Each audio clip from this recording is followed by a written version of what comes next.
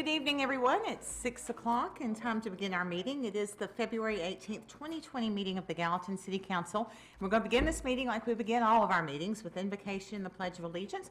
Councilman Alexander is going to offer the invocation, and then Councilman Overton is going to lead us in the pledge. If you'll stand with us, please.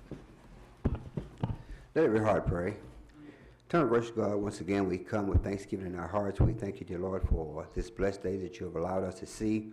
We pray now, Lord, that thou will be in the midst of this meeting. Let everything we say and do be pleasing in your sight. In Jesus' name we do pray, and every heart said, Amen. Please join me.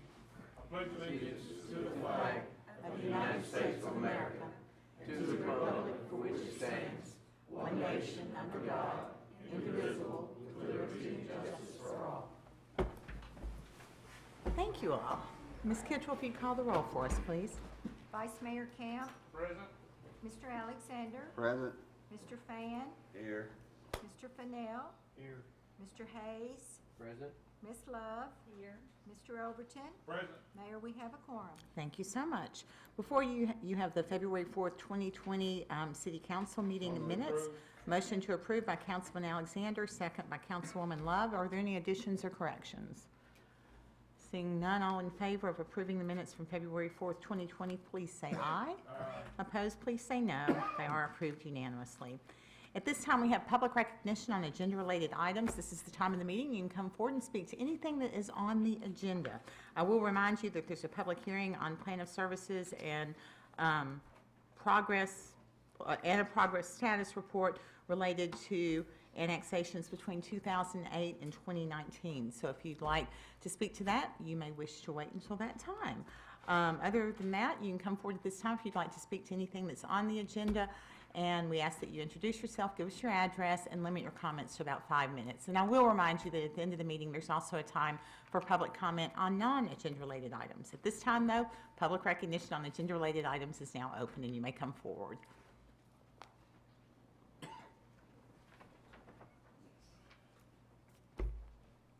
Okay, I see no one indicating that they wish to speak under public recognition on agenda-related items, so I'll declare that closed. Move now to Mayor's comments. I have just a couple of events to share with you. This Sunday is the Art of Hack show at the Gallatin Civic Center in the gymnasium. That happens from 8 until 2. On Friday is Good Morning Gallatin, formerly the Gallatin Government Relations, hosted by the Chamber. This year it has moved to the Hilton Garden Inn, and this Friday there will be an update from the Sumner County Mayor Anthony Holt. It starts at 7:30 and it goes until 9, and it is open to the public. And then on the 5th, which is next Thursday, is the American Red Cross Blood Drive at the Civic Center in Meeting Room 101, happening from 1 p.m. to 6 p.m. if you would like to be generous and donate blood. Those are the events I want to update you all on. I'm going to ask now that all the ladies in the white jackets join me at the podium, because we have some special recognition. It's going to be a crowded podium over here.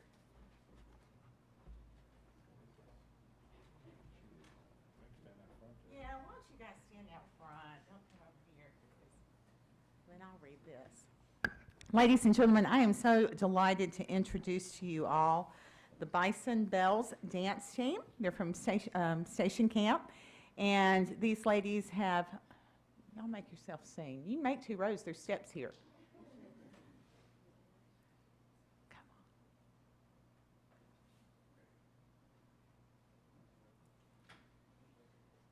on. Yeah, I want to make sure y'all all look good. You're kind of crowded down there. Okay, so these ladies are from Station Camp High School. I think the ladies in the back row are the coaches.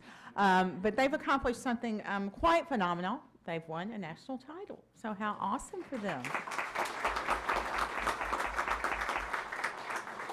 We're all very proud of you. We're very grateful. We know it takes a lot of work, a lot of discipline, a lot of commitment, some great coaches, of course, and we just sincerely offer congratulations. But I have a proclamation I'd like to read for you all. This says, whereas the Station Camp High School's Bison Bells dance team has 14 members. Will y'all raise your hand when I say your name? Okay. Madeline Ashley, Audrey Baird, Lauren Carneal, Kara Raymond, Colby Winsper, Eliana Safer, Lindsay Thompson, Abby Johnson, Kennedy Jones, Kinsey Lyles, Mita Sanchez, Satine Simpson, Olivia Rusher, and Jillian Elliott. And whereas their team is led by coaches Sherry Leonard, you got to raise your hand too, Kathy Miles, and Lisa Bain. And whereas the Bison Bells are TSSAA Cheer and Dance Competition state champions, having recently won 2 state titles, including the title for Small Varsity Hip Hop and Small Varsity High Kick. And whereas they received several awards, a superior evaluation, and placed first in the medium varsity division at the 2019 Universal Dance Association Dance Camp, the Bison Bells earned the bid to the 2020 UDA National Dance Team Championship. And whereas during January 31st through February 2nd, 2020, the Bison Bells competed in the UDA National Dance Team Championship in Orlando, Florida, and won the Small Varsity Game Day title, and ranked 8th in the nation for Small Varsity Hip Hop. And whereas the Bison Bells, who display great enthusiasm and sportsmanship, are great role models for young athletes, the city is honored to have a team dedicated to their sport. So now there, I, 4-Page Brown, Mayor of the City of Gallatin, do hereby declare today, Tuesday, February 18th, 2020, as Bison Bells Dance Team Day in recognition of their many accomplishments, and ask the citizens to join in congratulating them. So ladies, we're so very proud.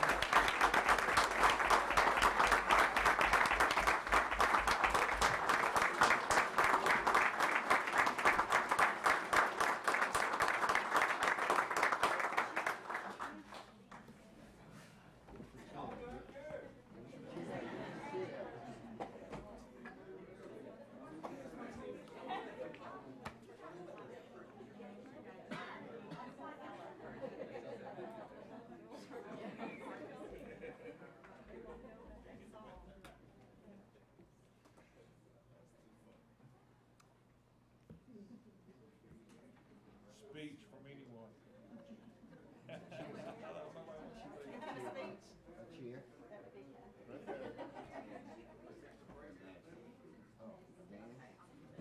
Okay, y'all line up for a quick picture. I know y'all know how to line up. Yeah, somebody asked if you were going to do a routine. Yeah.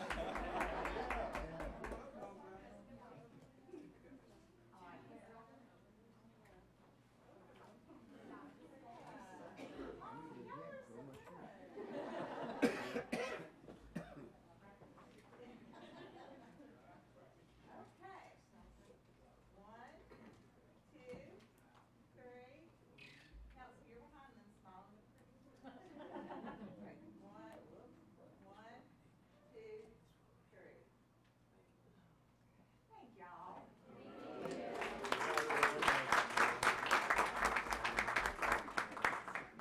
Thank you.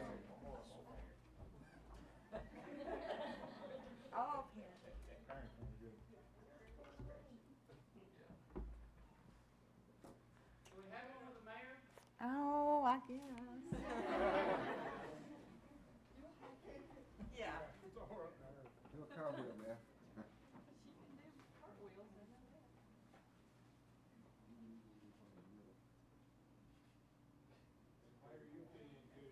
Yeah. Everybody checking it, man. Thanks, ladies. Thank you, ladies, and thank you, parents, for being here. Y'all have a good evening. And that concludes the mayor's comments and moves us now to the regular agenda. The first item on the agenda this evening is the public hearing plan of services progress status report per Tennessee Code annotated 6-51-108 as of 12/30/19, and Councilman Alexander is recognized. Yes, this is the address plan of service resolution between 2008 and 2019, public hearing. Okay, public hearing is now open. You may come forward and speak. Again, give us your name and address, and you may speak. Public hearing now open. Thank you. My name is Michelle Juvance, 1335 Long Hollow Pike. Madam Mayor, what I have to say isn't going to fit into 5 minutes.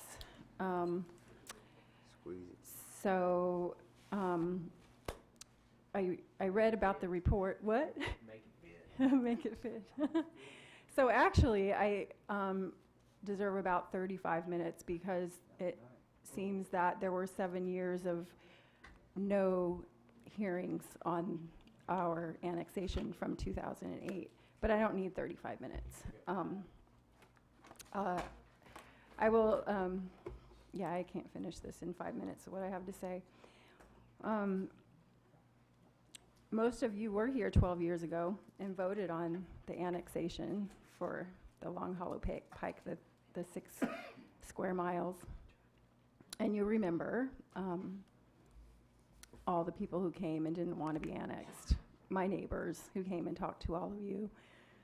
And you also remember when I was here last fall and talked to you about the trash service that we didn't get when we moved in, and we called and we were told that the city of Gallatin doesn't provide trash service in our area, and we were given the name of a private trash service, J.R. McMurtry, and so we didn't think anything of it, and I told you all of this, and that's, I guess, what triggered this annexation audit. So of course on Friday when it was finally on the website, I read the whole thing. And there were people who were here in January in the audience who wanted to hear the report then, and it wasn't presented, and then again 2 weeks later and it wasn't presented. So we do finally have it now. So my first question to you is, from the report, it talks about the trash service. And after I did actually follow up on that and spoke to Zach and some other people, and we were mistakenly told that there's no trash service in our area. That was the answer, which, you know, people make mistakes, and that's that. But I do have a question about that. So it says here on your page number 14 in the packet that solid waste collection service is available to the annexed area since the effective date. And then it goes on to say that a monthly service fee of $12 is required for each residential customer. So my question is, since we were paying $24 a month to a private trash service that was recommended to us by the city for the same service, do we get a refund for that extra $144 a year that we paid when we were getting exactly the same thing that we were supposed to get from the city? We had to haul our trash down our super, super long, 1,000-foot long driveway to the street and have it picked up for that price. And since then, last year, we actually switched to a different trash service that our next door neighbor uses because he comes up our long driveway and we don't have to haul it down to the street for only $1 more a month.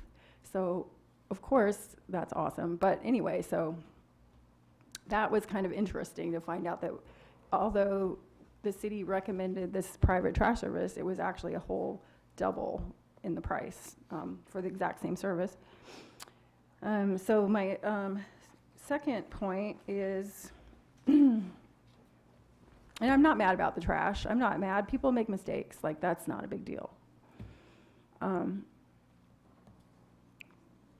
But I think it is a big deal the way this annexation report was handled. And I kind of felt like we didn't get answers, and things were kind of like pushed under the rug, and the report wasn't presented, and we had people who were here to hear about it, and it felt like it was kind of sneaky and like things were being hidden, and we were told that that's not the case, but it sure felt like that. And that, you know, yesterday was a holiday, everything was closed, and it was put on the website on Friday afternoon, and so now here we are at this hearing. So that is what it felt like. So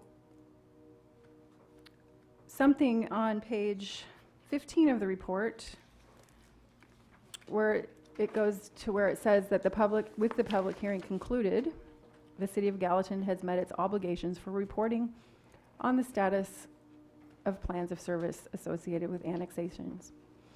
Yes, that's true. You will have met the public hearing requirements. But did you know,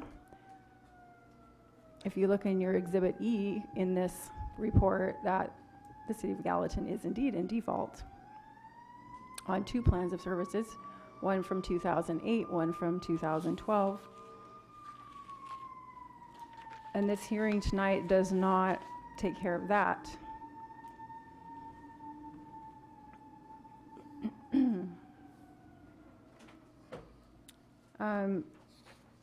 Exhibit E is on page 21 of your packet, and it talks about sewer service that was promised within a certain amount of time in specific locations. It talks about the size of it and the location of it and the time frame that it was going to be concluded and finished. I know why they weren't finished, because I talked to Mr. Gregory about it, and he told me that there were 2 specific people, my neighbors, who refused to give easements for the sewer, and I'm glad that they did not give easements for that sewer, because we don't want it. And I think that the city did the right thing in not forcing that sewer with the way that the county does that sometimes, and you know the stink that's happened in the last year with it being in the news and lawsuits happening, and you guys didn't do that, so that's good. But it doesn't change the fact that the city is in default on those 2 annexations and the sewer that was specified within a time limit to be completed.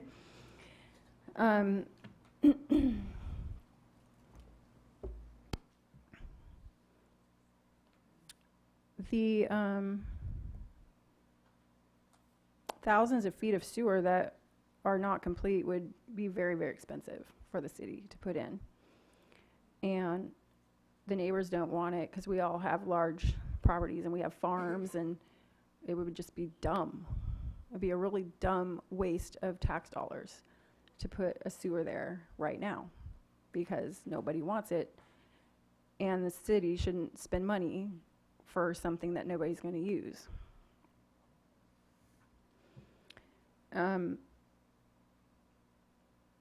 So here's the thing. Did you know that the law actually provides a solution to this problem? Because it allows for a municipality to amend a plan of services.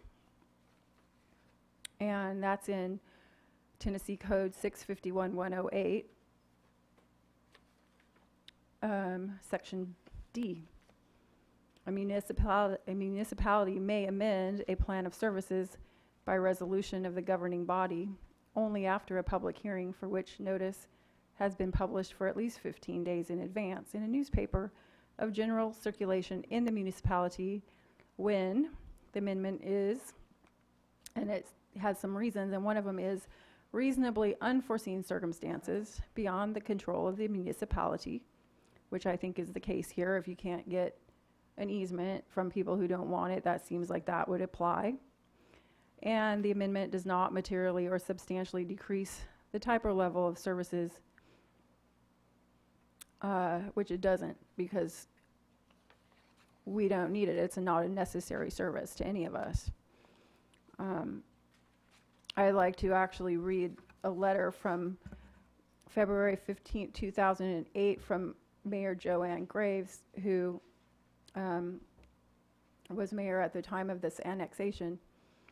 And in the 3rd paragraph it says, after careful consideration of the data presented in the annexation study, the City Council and I have made the decision to annex a little over 6 square miles, blah, blah, blah. And then at the end it says, the City Council and I have evaluated the growth occurring in this area, as well as our ability to provide necessary services. And I think all of our necessary services have been provided. We have the police and the fire, and those are what's really important. And we didn't need water. We're all on White House water. And we've been switched over from Cumberland to Gallatin Electric. So all of the other services that, are there aren't really necessary. or were necessary, have been provided, and this is not a necessary service. And I think that, you know, for you to be able to continue annexing other land, you need to not be in default. And until you actually either put the sewer in for us who don't want it, or remove it from the plan of service by amending it according to how the law says you can, those two things are your options. So, you know what we want, because I just told you. But it is not true that you're not in default, because Exhibit E is a smoking gun, spells it out.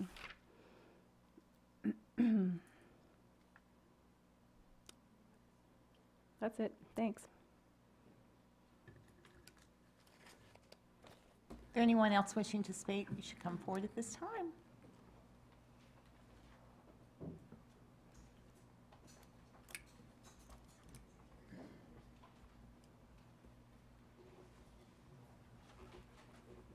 Jeremy Mansfield. I live in Goodlettsville, Tennessee, represent District 11 in the county. Thank you guys for letting me come and speak to you guys tonight.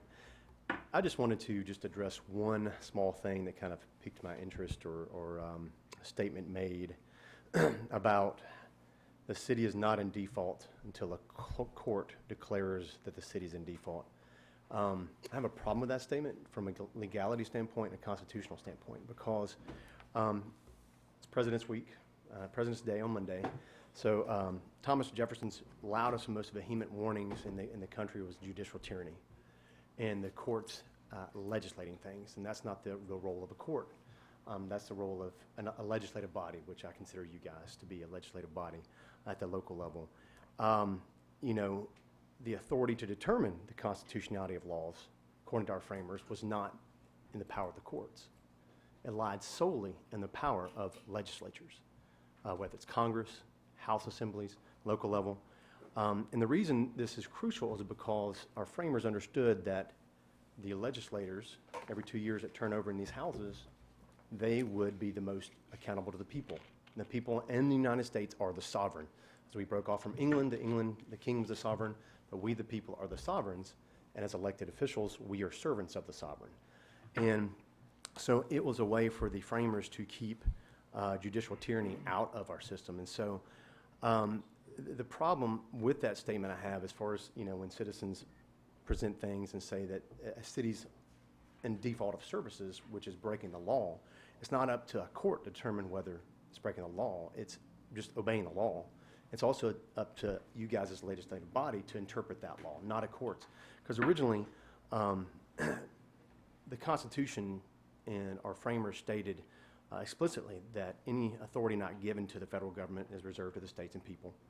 But of the three branches of government, the judicial branch of government actually was mainly for interpreting whether laws were just or unjust, not whether they're legal or constitutional.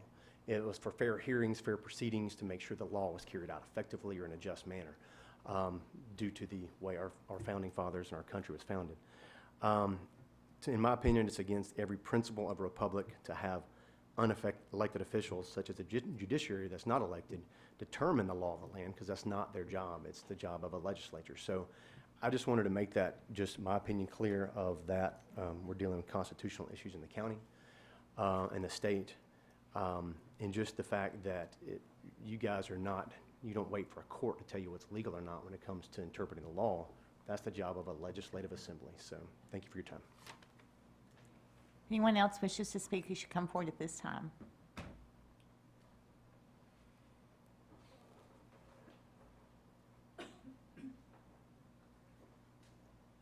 Hello, my name is Sheila Middleton. I live at 344 Paradise Street here in Gallatin, Tennessee.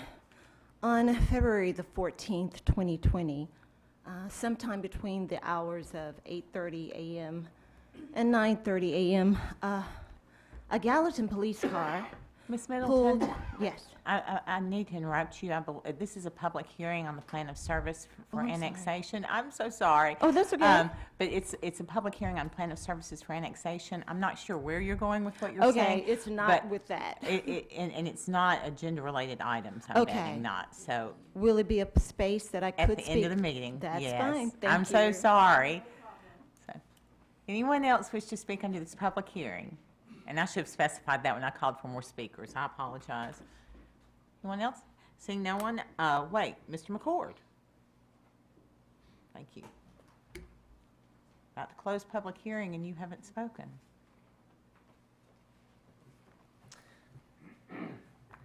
Yes, council, just wanted to report to you, this is the plan of service status report. This will close out a review of all annexations that occurred from back in 2008, which included the large annexation basically along Long Hollow Pike up through the end of 2019.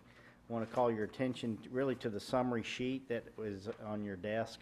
It's a 17 by 11 sheet, and it indicates all of those annexations that have occurred, including those by ordinance and resolution. The state law changed in 2015, and since 2015, all annexations are by resolution. Essentially, it's the applicant or the owner of the property who's requesting it.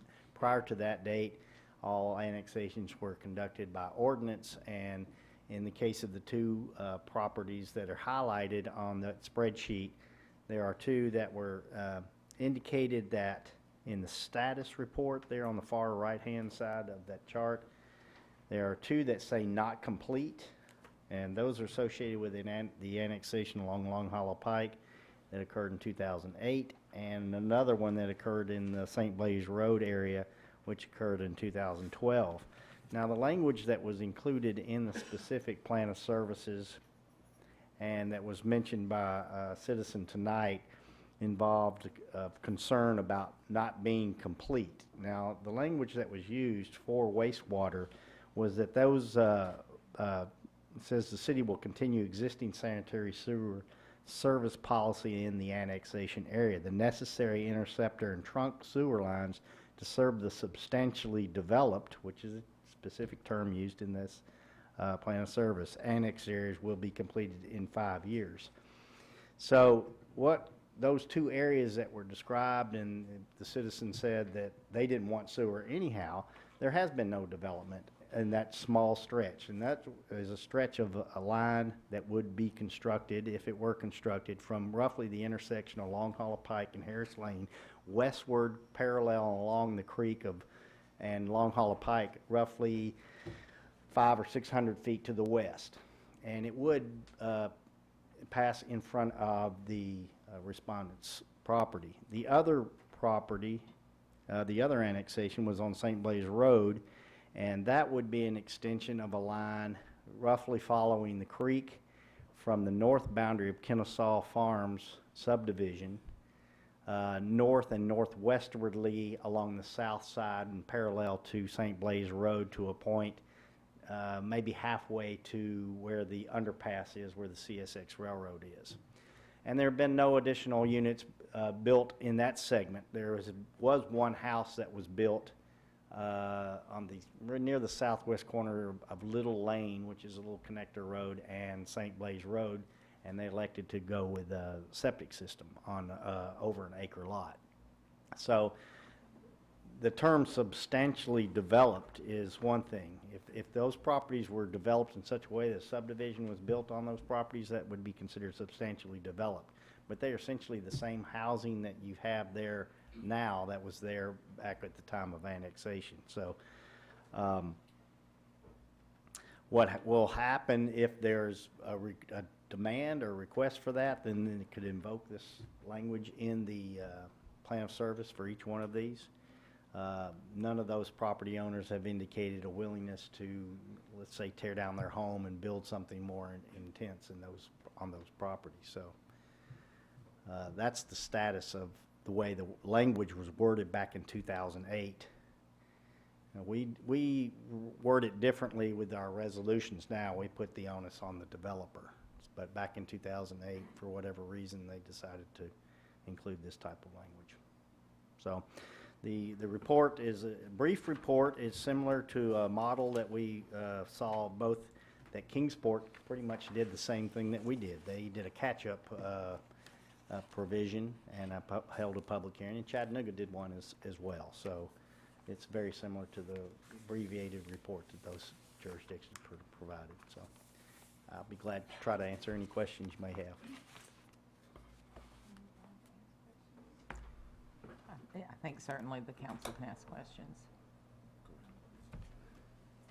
So in plain words then, which is what I need so I can understand, this that says not complete is not complete just because there's no substantial development that's been put in there, and so it's compliant.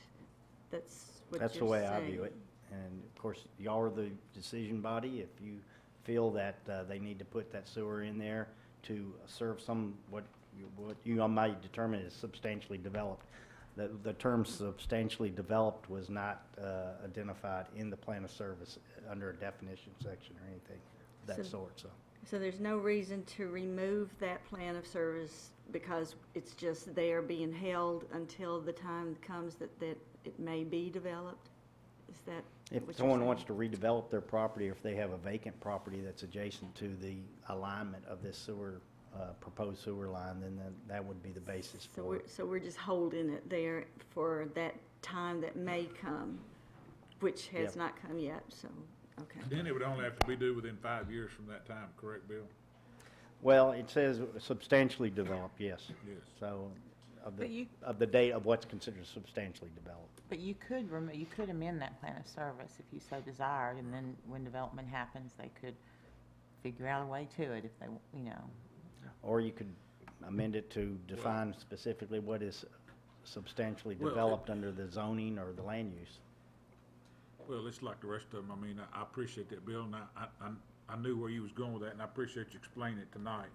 And we knew that, but I just wanted, the general public sometimes doesn't read the whole truth and read all the whole entire ordinances, and they don't read the language. They read what they want to read into it and not the whole thing. So I appreciate you explaining it to us, and I don't think you could explain it any better. Thank you.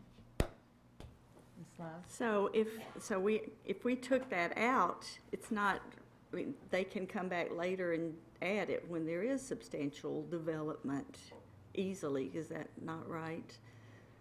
Well, if you take it out and then try to impose it on somebody later, there may be certainly objections to people who would be Especially if it's opposed. different land.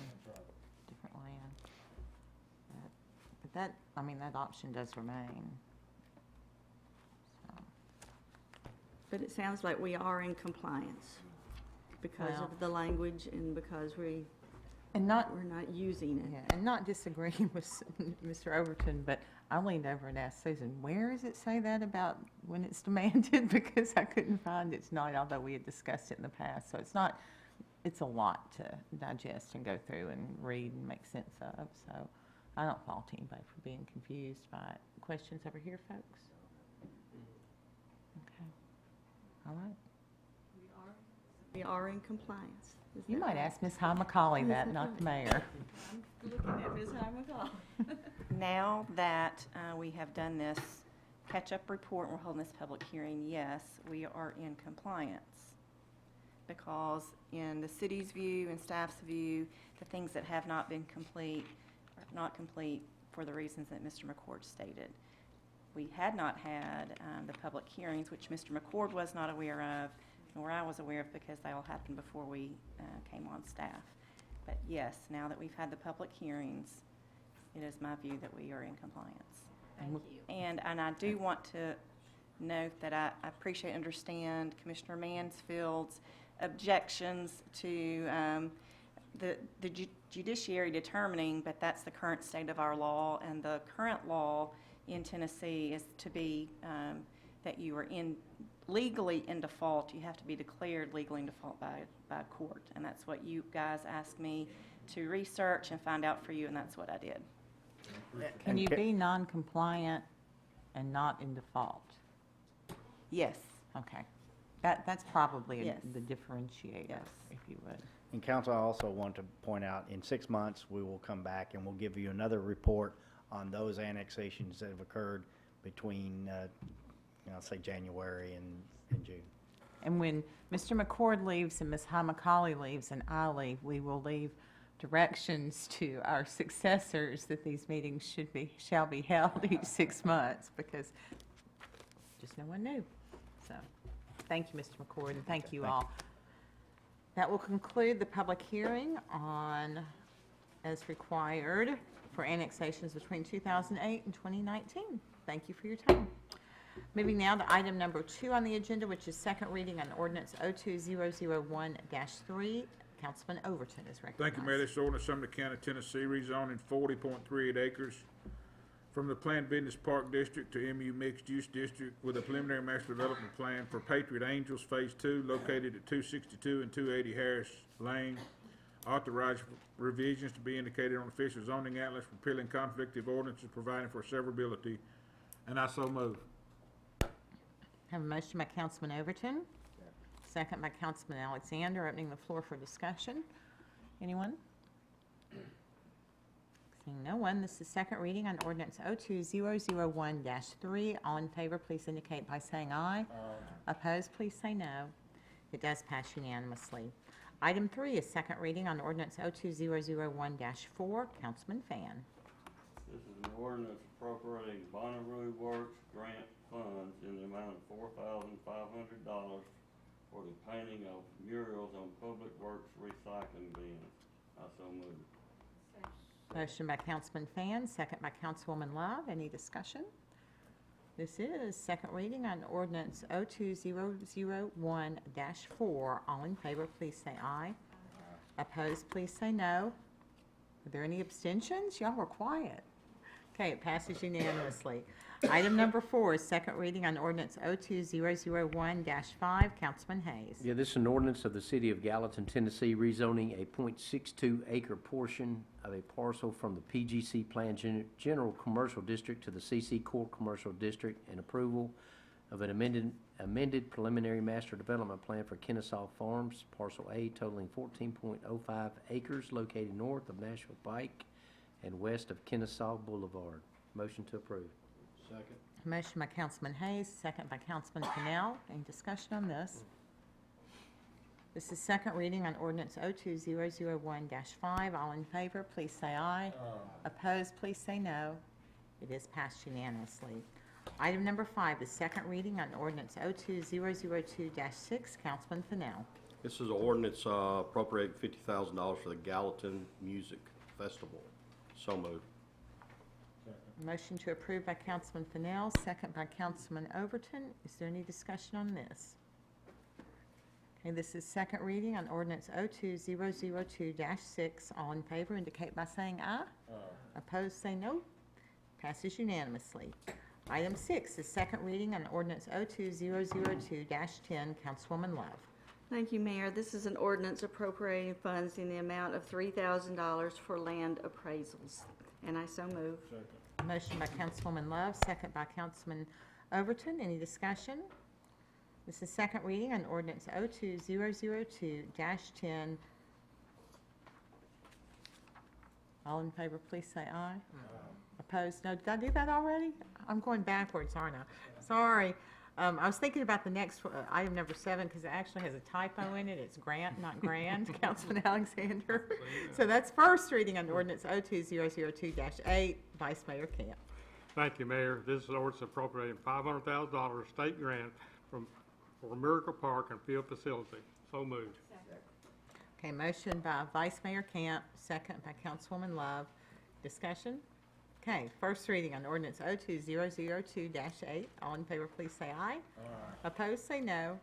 Passes unanimously. Now I'll get back in the swing of things. Item number 8 is first reading on ordinance 02002-9. Councilman Alexander. Yes, this order to vacate right away on Randolph Circle located in the Beatrice Terrace subdivision. I so move.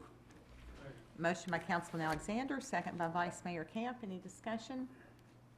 Okay, this is first reading on ordinance 02002-9. All in favor, please say aye. Opposed, please say no. It passes unanimously. Item 9 is first reading on ordinance 02002-12. Councilman Overton. Thank you, Mayor. This order is appropriated funds to install a traffic calming measures on Belvedere and Peninsula Drive in the amount of $23,500, and I so move. Second. Motion by Councilman Overton, second by Councilman Alexander. Any discussion? This is first reading on ordinance 02002-12. All in favor say aye. Opposed say no. Passes unanimously. Item 10 is resolution R2001-1. Vice Mayor Camp. Thank you, Mayor. This is a resolution of the City of Gallatin, Sumner County, Tennessee, annexing a portion of tax map 134, parcel 001.03, consisting of 3.585 plus or minus acres located on the north and east of Coles Ferry Road, and to the City of Gallatin, authorizing the annexed area to be indicated on official zoning atlas. So moved. Second. Motion by Vice Mayor Camp, second by Councilman Alexander. Any discussion? This is resolution R2001-1. All in favor, please say aye. Aye. Opposed, please say no. Passes unanimously. Item 11 is resolution R2002-9. Councilman Hayes. This resolution accepting public improvements by the City of Gallatin, Tennessee, Carrollton Phase 2-A. Motion to approve. Motion by Councilman Hayes, second by Councilman Overton. Discussion. This is resolution R2002-9. All in favor say aye. Opposed say no. It does pass unanimously. Item 12 is resolution R2002-10. Councilman Hayes. This resolution accepting public improvements by the City of Gallatin, Tennessee, Carrollton Phase 1B. Motion to approve. Motion by Councilman Hayes, second by Councilman Alexander. Any discussion? This is resolution R2002-10. All in favor say aye. Opposed, please say no. It does pass unanimously. Item 13 is resolution R2002-11. Councilman Hayes. This resolution accepting public improvements by the City of Gallatin, Tennessee, Foxlands Crossing Phase 12A. Motion to approve. Second. Motion by Councilman Hayes, second by Councilman Fennell. Any discussion? This resolution R2002-11. All in favor, please say aye. Opposed, please say no. Does pass unanimously. Item 14 is resolution R2002-12. Councilman Fan is recognized. This is a resolution authorizing the City of Gallatin to participate in the Public Entity Partners Safety Partners Matching Grant Program. Also moved. Motion by Councilman Fan, second by Councilman Alexander. Any discussion? This is resolution R2002-12. All in favor say aye. Opposed say no. Does pass unanimously. Item 15 is resolution R2002-13. Councilman Fan. Resolution authorizing the City of Gallatin to participate in the Public Entity Partners Drivers Safety Matching Grant Program. Also moved. Motion by Councilman Fan, second by Councilman Overton. Any discussion? This is resolution R2002-13. All in favor say aye. Opposed say no. Does pass unanimously. Item 16 is resolution R2002-14. Councilman Fennell. Thank you, Mayor. This is a resolution approving a waiver of the surety for the Sumner County Jail expansion. I so move. Motion by Councilman Fennell, second by Councilman Overton. Any discussion? This is resolution R2002-14. All in favor say aye. Opposed say no. Does pass unanimously. And that does conclude our regular agenda, bringing us now to other business. If anyone on this council has anything to bring forward at this time, please do. Seeing no one, I will move to public recognition on non-agenda related items. This is the time of the meeting you can come forward and address anything that is not on the evening's agenda, and we welcome you to do so. You'll have 5 minutes to speak, and we ask that you give us your name and your address, please. Good evening, Madam Mayor, Good evening. Council. Pascal Jovans, 1335 Longola Pike, Gallatin. I went to do my good citizen duty yesterday and tried to bring my recycling to our wonderful recycling facility. Thank Jimmy to mentioning we have issue with words, so because sometimes you can't understand me, I bring you pictures. Thank you. Appreciate that. And because you basically mentioned my wife is stupid, I'm gonna have to deal with that tonight. I appreciate Thanks. that too. So if you can see on the pictures, that's what that was looking like yesterday. It's pretty bad. It's a good opportunity for people to mention that they should not dump. Yeah, but they dump when there is no room in the bin. All the bin were full, and yeah. some were locked, so we can't even know if there is Well, anything in it. When they're locked, they're full, and I know it's difficult when you. Sometimes when they're locked, they're not full. Oh, okay. Yeah, so Zach's working on all this stuff. Okay, yeah, he is. We talk about But it a lot. I would hope that when people find the bins full, that they come back later, especially on a holiday weekend. That's where we get in a mess. yeah, but that was just not just on Monday. That came from probably more than that, and you know, people who work and come after work, or they maybe don't want to come back, or they don't have the time to come back. So. Yeah.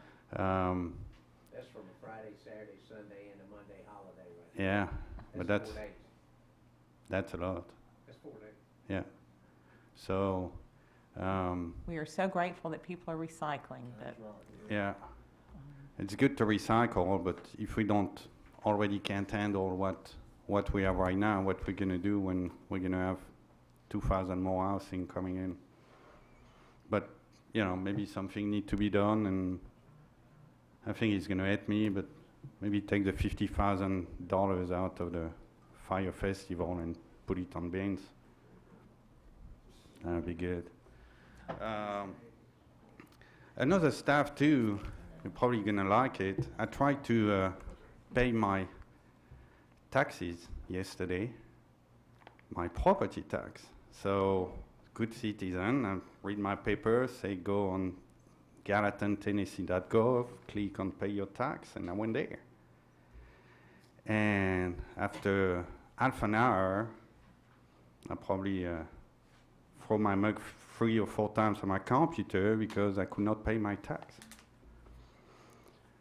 I tried every parcel code I could find on the paper, every combination I could find on the paper, every name I could find for me, every name I could find for my wife, every combination of numbers I could find, and I could not pay it. So this morning I called, I got a nice lady on the phone who gave me a different number than what was on my tax paper. It's kind of funny somewhere. And who sent me to a different place on the website where I could finally pay my taxes.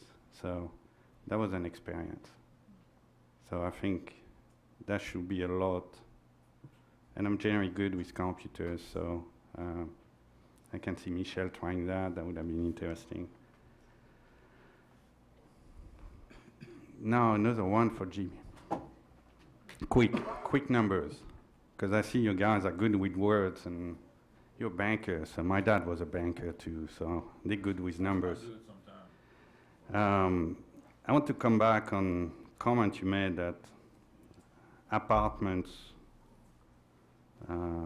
the apartment versus a single-family residence number on tax. I agree that apartment at tax is more than single-family residence, but you know, I like numbers too, so I took some numbers, and I used the Edison, the new apartment complex, and figure out how much taxes they were going to pay every year. And I like play with SimCity. I don't know if you know that game. And I took the apartment out and put single-family residence out and got numbers of how much tax this single-family house would pay. And I arrive at the global number at $107,000 plus or minus for the apartment versus $51,000 for the single-family residence. Yeah, sure, they pay more. But now you look at the number of family units, because that's what you look at. So if you look at the family units, now it's a different number. A family unit in an apartment is going to pay around $350 tax, where in a single-family home, they're going to pay around $600 tax. And they use the same road, the same schools. You gave her more than that. I'm for equality. I gave you some extra time. Some because extra? we How talked much? too much while How you much were extra? I talk too much. talking. No, I said because we interrupted you, Oh, I gave you. 30 thank you, extra ma'am. seconds. I appreciate that. So basically, there's two way to look Wait at a it. second, you're out of time. Oh, I'm not. Yeah. I'm really quick. I'm a few Please wrap your sentences. So comments up. you know, you can look at the number the way you want, but personally, I look at the number on the family unit and not on the apartment complex, because a family is a family. They use road, police, fire, everything. So I think what you said was true, but it's not really accurate. So thank you. Thank you, Mr. Jamont. Anyone else? Mr. Marchese?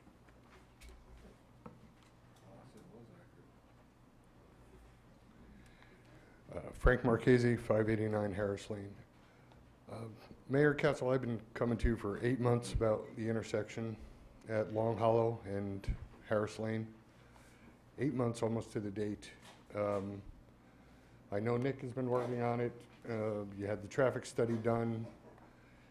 I just want to know what our next step is going to be if we've reached out to the developer to create a cul-de-sac at that end of the street. As I mentioned a couple of weeks ago in a meeting, we did trim up all those trees, just making it easier for people to make the illegal turn. I would really like this taken care of. It's just, I don't know how it could get any more dangerous walking down the street, but it just seems like cars are going faster and a lot more of them are making a left. Now, I know you don't like taking my word for it. You had the traffic cameras to prove it, but I'm telling you, it is happening more frequently, and it's just creating a very dangerous situation on our street. And I would just like to know what the next step is besides waiting on a developer to respond to a request. Thank you. Thank you. I would ask that you follow up with Nick before you know Mr. Tuttle, right? Yeah, follow up with him tonight before you leave. Anyone else wishing to speak tonight, please come forward at this time.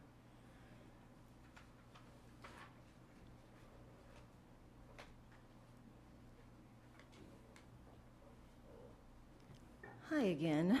My name is Sheila Middleton. I live at 344 Paradise Street, Gallatin, Tennessee.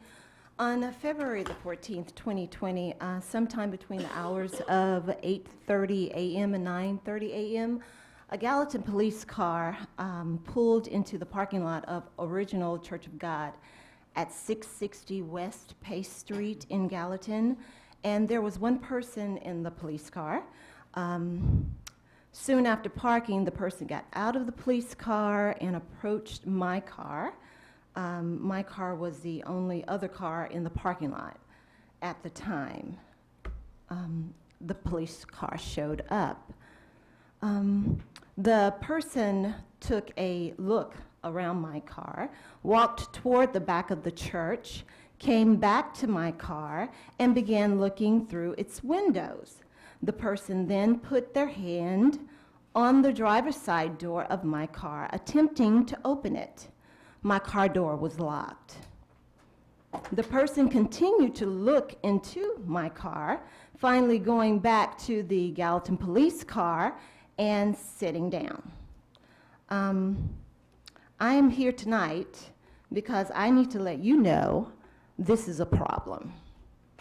I don't understand why the person that came out of the police car decided to park on the parking lot of the church and then scan the church and then scan my car and attempt to get into it. We at the Church of Original Church of God here in Gallatin have had officers come over and monitor the church lot. They'll come in, they'll turn around, sometimes they'll sit there, but no officer has ever tried to open a car door. It amazed me because he wanted to open my car door instead of the church door where somebody was inside. I was the only person there besides that person in the Gallatin police car. I cannot call him an officer because we've had officers, again, even join us for our Sunday school to come in, who had respect for the property and actually the church and actually the Spirit of God. I know that the leaders of our emergency departments here, Chief Donald Bandy, he's a man of honor. His officer, women and men, are also men and women of honor. We've experienced that.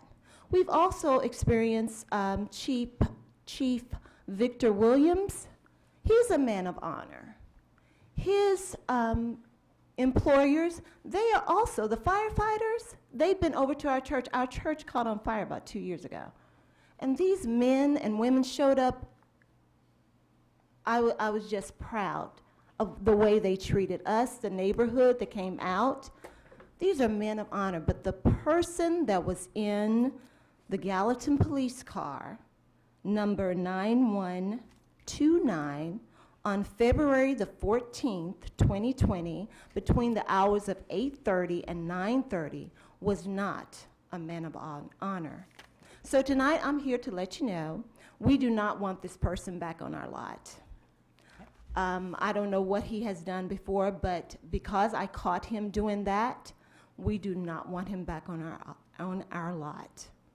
And that's all. Ms. Middleton, I have to ask you, have you spoken to the police department about it? No, I Well, have not. I would encourage you to do so because, I mean, will. you're here making accusations against an officer, and I will. it's very likely that he was asked to check on a vehicle. I mean, that would not be an uncommon And thing. that's fine, but again, my thing is, he immediately went to my car and tried to open my car door when I was inside the church, and he did not even attempt to even knock on the church door. Well, So I again, just- I can't I can't guess either. what the circumstances are, but I know that a lot of times, because I listen to the scanner, officers are called on vehicle checks, and they'll check the car door, make sure no I one's in there. thought about that, Yeah. and when he sat back in his car, I thought another officer was possibly going to come up because I thought something was going down. But because nobody showed up and he never, Well. he was there for about 30 minutes to Yeah. 45 minutes. I just So hate- I will go to Yeah, the please speak to the police police department. department because- I had too much to do this weekend. Yeah,